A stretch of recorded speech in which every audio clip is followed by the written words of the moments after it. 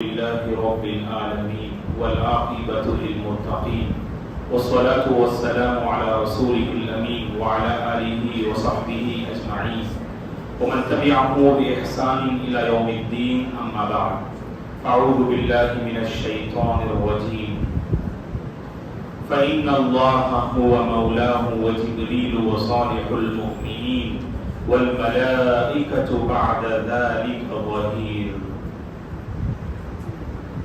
قابل احترام حضرات و خواتین، اللہ تبارک و تعالیٰ کا بے پناہ شکر و احسان ہے کہ اس نے ہم سب کو اس مبارک کلاس میں جمع کیا. اللہ سے ہماری دعا ہے کہ پروردگار ہماری اس نشست اور بیٹھک کو قبول فرمائے، ہمارے اعمال میں اللہ برکت دے، ہر قسم کے مسائل کو اللہ تبارک و تعالیٰ حل فرمائے، مرتے دم تک دین پر اور اللہ کے نبی کی پاکیزہ سیرت اور سنت پر اللہ ہم سب کو باقی رکھے، آمین یا رب. جیسا کہ آپ جانتے ہیں کہ اس سے پہلے سفر ہجرت کے حوالے سے چند اہم واقعات ہم نے آپ کے حوالے کیا. رسول اللہ صلی اللہ علیہ وسلم اپنے ساتھی، سسر، بہترین رفیق حضرت ابوبکر صدیق رضی اللہ عنہ کے ساتھ مکہ سے مدینہ غیر معروف راستے سے ہجرت کر رہے تھے، اور آپ کے ساتھ حضرت ابوبکر کے غلام عامر بن فہیرہ بھی تھے، اور راستہ بتانے والے عبداللہ بن ارقد یا اریقد بھی آپ کے ساتھ تھے. اور راستے میں بہت سارے واقعات رونما ہوئے. اللہ کے نبی صلی اللہ علیہ وسلم آگے بڑھ رہے تھے. قبیلے بنو اسلم پر سے آپ کا گزر ہوا تو داخل ہونے سے پہلے مقام عرج پر لوگوں نے آپ اور حضرت ابوبکر رضی اللہ عنہ سے کہا کہ بنو اسلم نامی قبیلے میں دو مشہور ڈاکو رہتے ہیں، ان سے ہوشیار اور چوکنا رہنا، کہیں وہ دونوں ڈاکو تمہارے سامان لوٹ کر نہ لے جائیں اور تم دونوں کو مالی اور جانی نقصان نہ پہنچا دیں. تو ان دونوں سے تم ہوشیار رہنا. اور ان دونوں کو مہانان کہا جاتا ہے، اور مہانان کے معنی یہ دونوں معاشرے کے ذلیل لوگ ہیں جن دونوں کا تعلق بنو اسلم سے تھا. تو لوگوں نے اللہ کے نبی کو آگاہ کیا کہ گزر رہے ہو سامنے بنو اسلم کا قبیلہ ہے اور ان دو اشخاص سے ہوشیار رہنا.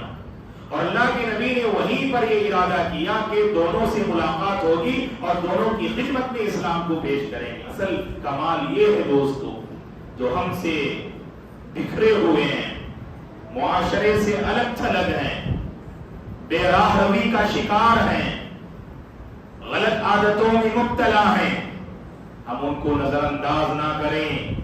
عموماً معاشرے میں ہوتا یہ ہے جو باعزت لوگ ہیں صرف ان کی عزت ہوتی ہے، اور جو پہلے سے ذلیل ہیں کبھی آپ نے انہیں قریب کیا نہیں تاکہ وہ ذلت و رسوائی سے نکال کر عزت و شرافت کی دنیا میں انہیں لے آئیں. اللہ کے نبی کی پاکیزہ سیرت سے مجھے اور آپ کو کیا پیغام ملتا ہے. دیکھیے، اللہ کے نبی گزرتے ہوئے آپ نے یہ نہیں ارادہ کیا کہ مہانان سے بچ کر نکل جائیں اور کسی بھی طرح اپنے مال اور جان کو بچا لیں. اللہ کے نبی صلی اللہ علیہ وسلم کا ایمان ایسا تھا کہ دین اسلام کی تعلیمات میں اتنی سبحان اللہ طاقت ہے کہ سامنے والا اگر برے اخلاق کا حامل ہو، ڈاکو ہو، چور ہو، زانی ہو، لیکن اسلام کی ایسی پاکیزہ تعلیمات ہیں اگر آپ نے ان کی خدمت میں پیش کیا کہ ان کے سیاہ دل کو پاکیزہ دل بنانے کا ہنر اسلام میں موجود ہے. اللہ کے نبی مہانان سے ملاقات کرتے ہیں. یہ مہانان کون تھے؟ بنو اسلم کے دو مشہور ڈاکو تھے. پورے اسلم کا قبیلہ ان دونوں سے تنگ آ چکا تھا، اسی لیے یہ دونوں بڑے نیک نظر آ رہے تھے، بڑے معصوم لگ رہے تھے. اللہ کے نبی اور آپ کے ساتھی ابوبکر، اسی لیے لوگوں نے آگاہ کر دیا کہ کہیں اس معصومیت کا اور بھولاپن کا یہ دونوں فائدہ نہ اٹھا لیں، اسی لیے اس سے ہوشیار اور چوکنا رہنا. اللہ کے نبی آگے بڑھے، بنو اسلم میں داخل ہوئے اور سب سے پہلے ان دونوں سے آپ نے ملاقات کی۔ مہانان نے کچھ برے ارادے لے کر آپ دونوں کی خدمت میں حاضر ہوئے، چلو شکار تو ہمارے دربار میں پہنچے ہیں، ان دونوں ڈاکوؤں کا مہانان کا یہ ارادہ تھا اور دونوں دل میں بہت خوش ہو گئے کہ دونوں شکار میرے پاس چلے آئے۔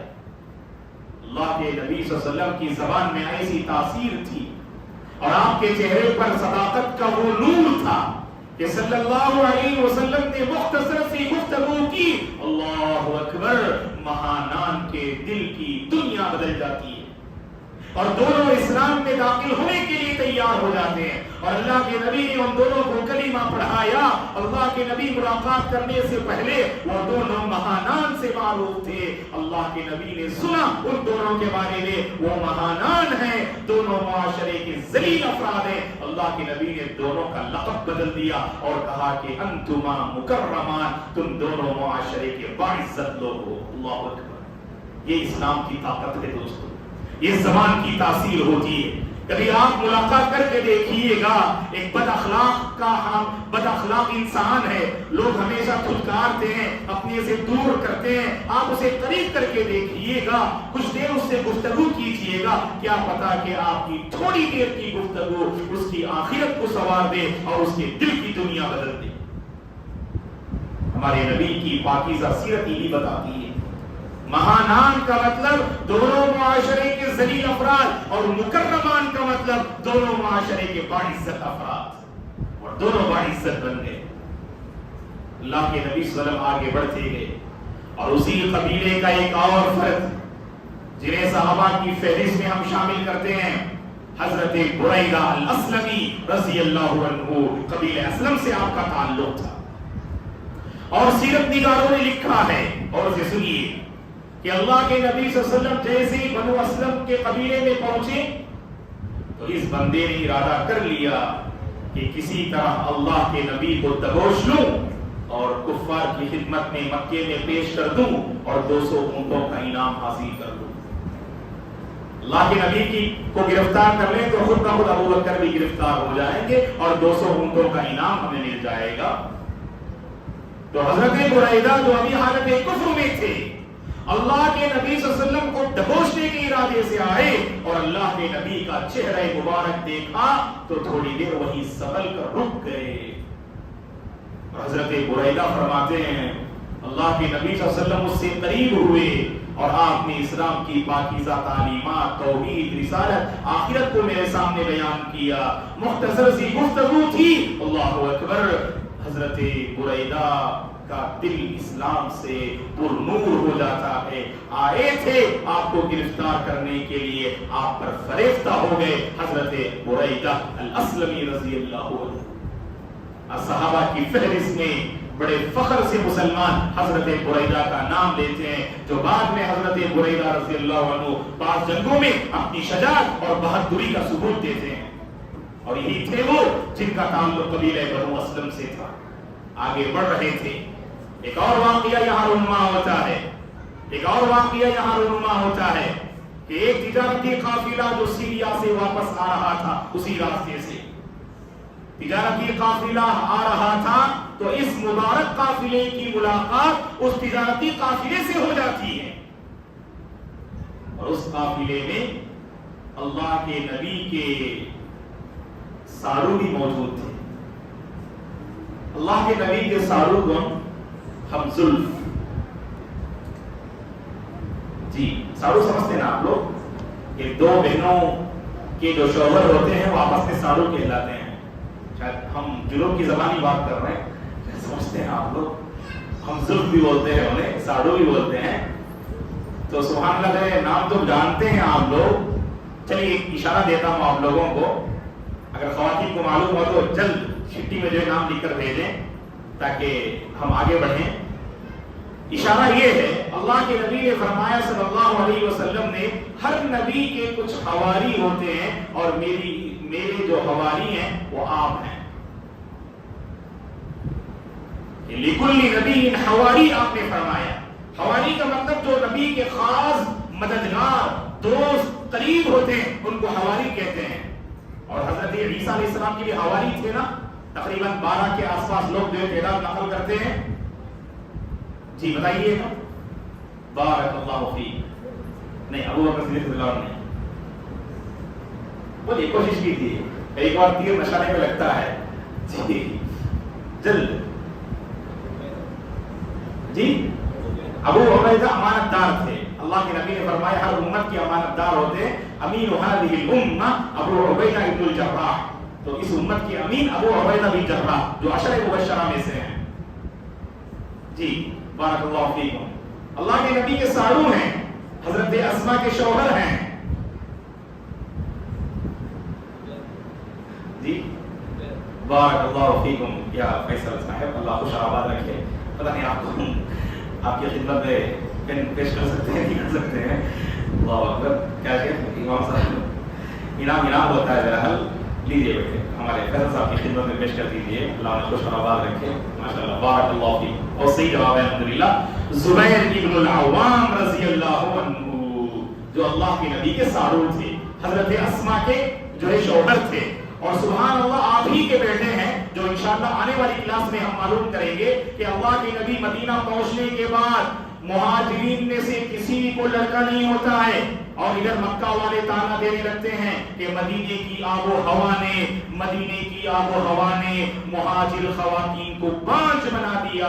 تو اس کے بعد سب سے پہلے مہاجرین میں جن کو لڑکا ہوتا ہے وہ حضرت اسماء کو ہے، جو عبداللہ بن زبیر رضی اللہ عنہ پیدا ہوتے ہیں. اول مولود من المہاجرین الذی ولد فی المدینہ المنورہ، کہ مہاجرین میں سب سے پہلے مدینے میں پیدا ہونے والے یہ عبداللہ بن زبیر تھے. جس دن آپ کی پیدائش ہوتی ہے وہ دن سبحان اللہ خوشی کا دن تھا. لوگ ایک دوسرے کو مبارکبادی دینے لگے، کیونکہ مکے کے لوگ اب تک تانے دے رہے تھے مطلب مہاجرین کو کہ مدینے کی آب و ہوا نے مکے کی مہاجر خواتین کو بانجھ بنا دیا ہے. تو آپ کے گھر سبحان اللہ جب عبداللہ بن زبیر پیدا ہوتے ہیں تو وہ معاملہ وہاں ختم ہو جاتا ہے. ابو عبیدہ بن جراح لکھے ہیں، بارک اللہ فیک. اسرا نے لکھا ہے، لیکن وہی میں نے کہا امانت دار ہیں. اس امت کے امانت دار کون ہیں؟ ابو عبیدہ بن جراح. کبھی ہم پوچھیں گے انشاءاللہ یہ سوال. اور اللہ کے نبی کے ساڑو کون ہیں اور اس امت کے حواری کون ہیں؟ حواری یاد رکھو، حواری کے معنی مددگار خاص جو ہے آدمی کے ہوتے ہیں. تو حواری کون ہے اس امت کے اور اللہ کے نبی کے؟ زبیر بن عوام رضی اللہ عنہ. اس تجارتی قافلے میں حضرت زبیر بھی ہوتے ہیں. اور جیسے انہوں نے اللہ کے نبی کو دیکھا، حضرت ابو بکر کو دیکھا، آپ دونوں کی خدمت میں دو سفید کپڑے پیش کیے، دو سفید قمیض پیش کیے تاکہ آگے یہ استعمال کر لیں، پہن لیں. تو دو سفید قمیض آپ دونوں کی خدمت میں حضرت زبیر رضی اللہ عنہ پیش کرتے ہیں. اور آگے بڑھتے ہیں. اللہ کے نبی کو بھوک لگتی ہے. امام حاکم رحمۃ اللہ علیہ نے اپنی کتاب المستدرک میں اس واقعے کو نقل کیا ہے کہ اللہ کے نبی آگے بڑھتے ہیں تو بھوک لگتی ہے. تو ایک آدمی سے ملاقات ہوتی ہے جو غلام ہوتا ہے، جس کے ساتھ جو بکریاں ہوتی ہیں. تو سبحانہ دیکھیے راستے میں کتنے معجزات اور کرشمے جو ہے ظاہر ہو رہے ہیں. تو اللہ کے نبی نے اس غلام سے کہا کہ کھانے کا کچھ انتظام کر دو اگر تمہارے پاس کچھ میسر ہو. تو اس بندے نے کہا کہ میرے پاس جو بکریاں ہیں کہ سب کے تھنوں میں دودھ خشک ہو چکا ہے، کسی کے تھن سے دودھ نہیں نکلتا ہے. تو اس موقع پر اللہ کے نبی نے اس غلام سے کہا اگر تم اجازت دو تو میں کسی ایک بکری کے تھن سے دودھ نکال لوں. تو اس غلام نے آپ کو اجازت دے دی. تو بس اللہ کے نبی صلی اللہ علیہ وسلم نے اپنا دست مبارک ایک بکری کے تھن پہ رکھا تو وہ تھن دودھ سے بھر گیا. پھر اللہ کے نبی صلی اللہ علیہ وسلم، حضرت ابو بکر اور وہ غلام اور پھر حضرت ابو بکر کے غلام اور آس پاس کے لوگ سب سیراب ہوتے ہیں اور یہ منظر دیکھ کر بہت تعجب کرتا ہے. اور وہ بندہ اللہ کے نبی کی خدمت میں حاضر ہو کر اسلام قبول کرتا ہے اور یہ خواہش ظاہر کرتا ہے کہ اے اللہ کے رسول میں آپ کے ساتھ اس مبارک سفر میں ہو جاتا ہوں اور مدینہ میں بھی آپ کے ساتھ آنا چاہتا ہوں. اللہ کے نبی نے اس موقع پر مناسب نہیں سمجھا. آپ نے فرمایا اسلام پر باقی رہو اور جب تمہیں یہ خبر ملے کہ ہم غالب آ چکے مدینے میں اس وقت تم جو ہے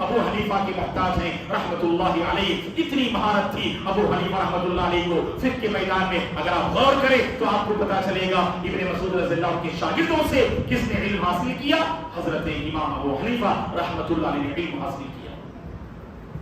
تو انکا غلام معلم آپ نے فرمایا. چھوٹی چھوٹی باتیں کبھی یاد کر لو آپ. انکا غلام معلم، تم بڑے پڑھے لکھے جوان بنو گے، بڑے پڑھے لکھے انسان بنو گے.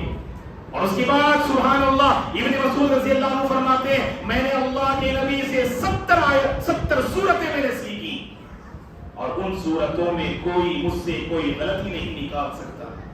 کیوں؟ اللہ کے نبی کی گواہی تھی. بیٹھے غور سے سنو بیٹے، انس غور سے سنو بیٹے. اللہ کے نبی کی گواہی کیا تھی جانتے ہیں آپ؟ سبحان اللہ اللہ کے نبی کی گواہی یہ تھی اگر کوئی قرآن ویسا پڑھنا چاہتا ہے جیسے نازل ہوا. ابن مسعود کو سنو، ابن مسعود اللہ کی تلاوت کیسے تھی؟ اللہ اکبر. جیسے قرآن اترا نا اللہ کے نبی پر اسی ڈھنگ سے آپ پڑھتے تھے، اسی انداز سے آپ پڑھتے تھے. اللہ کے نبی نے آپ کی جو ہے تلاوت اور انداز تلاوت کی آپ نے گواہی دی. اگر کوئی قرآن ویسے پڑھنا چاہتا ہے جیسے نازل ہوا تو ابن مسعود کو اس نے بڑی پیاری آواز دی اور بڑے اچھے اور نرالے انداز میں ابن مسعود رضی اللہ عنہ قرآن پڑھا کرتے تھے. تو دیکھیے گا یہ واقعہ سبحان اللہ جو ہے اسی واقعے کے حوالے سے جو معجزات اللہ کے نبی کے زمانے میں پیش آئے نا، آپ اپنا دست مبارک رکھتے ہیں تھن میں اور دودھ نکلنا شروع ہو جائے. یہ وہ واقعات ہیں جن کا ہم انکار نہیں کر سکتے ہیں دوستوں. چلیے اب آگے بڑھتے ہیں. اللہ کے نبی صلی اللہ علیہ وسلم آگے بڑھ رہے تھے، ابھی بالکل مدینے کے قریب ہیں. اور آئیے اب ہم معلوم کرتے ہیں کہ مدینے کا حال کیا ہے. اور جیسے ہی مدینے والوں کو خبر مل گئی تھی بہت پہلے کہ اللہ کے نبی اور حضرت ابو بکر رضی اللہ عنہ مکے سے نکل گئے اور مدینے کی طرف رواں دواں ہیں. جس انسان کو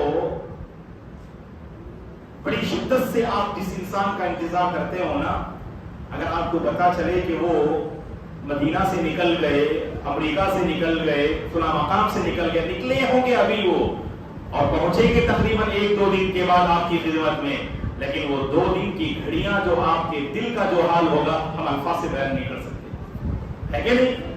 کس قدر شدت سے انتظار کریں گے آپ. ایسا لگ رہا ہے گویا کہ اگلے پل آپ کی خدمت میں آئیں گے. وہ ساری تیاریاں ہو رہی ہیں ماشاءاللہ، گھر کے افراد کو جمع کر رہے ہیں، سب کو جو ہے آپ خوشخبری سنا رہے ہیں. اور سبحان اللہ وہ منظر کیا ہوگا، اللہ اکبر، کہ جس منظر میں صداقت ہے دوستو، جس منظر میں خلوص ہے، جس منظر میں محبت ہے، جس محبت میں جس منظر میں اللہ کے نبی پر فریفتہ ہونے کی کیفیت ہے، یہ کوئی معمولی جذبہ نہ تھا، یہ کوئی معمولی تعلق نہ تھا، یہ کوئی چھوٹا تعلق نہ تھا جو انصار کے دل میں اللہ نے پیدا کیا تھا. آپ کے حوالے سے وہ واقعہ آپ ذہن میں رکھیے گا. جب یہ لوگ آئے تھے تیسری مرتبہ اللہ کے نبی سے ملاقات کرنے کے لیے، بیعت عقبہ ثانیہ کے واقعے کو آپ دوبارہ سن لیجئے گا. میں نے پوری تفصیل سے آپ کے سامنے بیان کیا تھا، ایک ایک مسئلہ. سبحان اللہ. قبیلے کے سردار مدینے والوں سے ذکر کرتے ہیں کہ اللہ کے نبی کو بلانے کا مطلب کیا ہے، کہ کن کن مسائل کا سامنا کرنا ہوگا، کن کن مسائل کا سامنا کرنا ہوگا.